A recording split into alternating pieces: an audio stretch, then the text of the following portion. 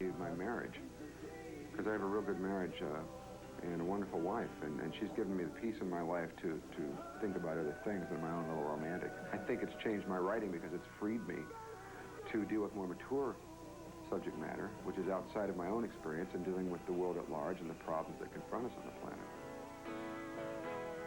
The world music influence, I'm not really sure where it came from. I've always been a musician who likes to branch out and do different things. I've always like to take risks musically and try different areas, whether it's jazz or bluegrass or rock or folk or whatever. And I think over the last 5 or 6 years especially, well, the late 80s into the 90s, I was listening to people like Bruce Coburn, who is a great musician and writer, and he uses a lot of influences from the world.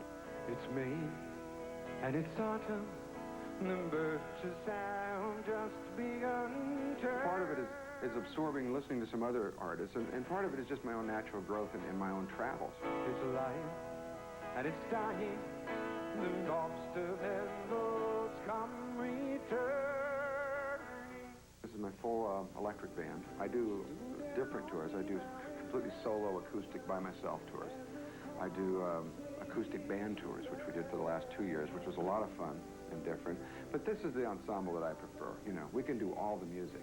And people are really enjoying this tour because for the first time, I think I'm doing every hit that I ever recorded. We're just having a great time playing this material, you know, and going back all the way to Souvenirs, all the way up to River of Souls and beyond with some new songs that I haven't even released yet. So I just have a great time touring with this group.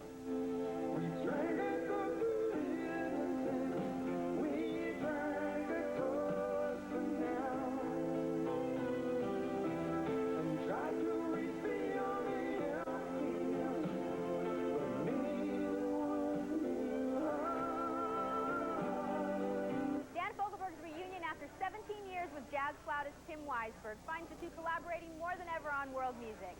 Here are Dan and Tim talking about their new record, No Resemblance Whatsoever.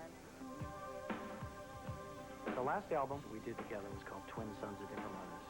It was 1978, so using that new math that they taught me years ago, I think it makes it about 17 years. After I'd finished my last album, River of Souls, which was a real long, involved, personal project, and I was kind of sick of writing lyrics, and so I just kind of went into my music room one day because I was frustrated and decided to go in and play, just for fun, just to compose and remember why I like music. And in doing this, I started composing some piano pieces, and one of them struck me as be a perfect vehicle for Tim to play on. I started looking around and realizing I had more of this kind of stuff. Once I realized it wasn't just a hit and miss kind of, well, come onto my album and play on one of my songs, that there was a possibility we could actually do another one of these projects, I started writing specifically for him, for his instrument, for the flute, which was a great deal of fun for me. Things happen like that, and all of a sudden, bingo, it bursts, and off you go.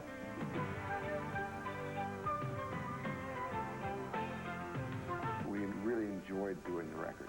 I think the biggest difference was the approach that I took as far as doing the tracks. On the first one, I brought in a band, small band, and we did a small rhythm track, and I'd go in and overdub a bunch of stuff until we had this finished track, and then Tim would play the flute, or I'd do the vocal and be finished. On this one, we got a really great live group of musicians, and Vinnie Colaiuta and Michael Landau and Alex Acuna and all these guys, and so we just went in and cut it live, really. I mean, the whole thing was done in 10 days, which is real fast. And these guys were so good that we only did the songs maybe 2-3 times a piece. And there it was. I said, well, that's what I was after, thanks, you know. And so it just has that more of a live feeling. It took a lot less time. It was a lot of fun to work that way. Do not move because new artists Bottle Rockets are coming right up.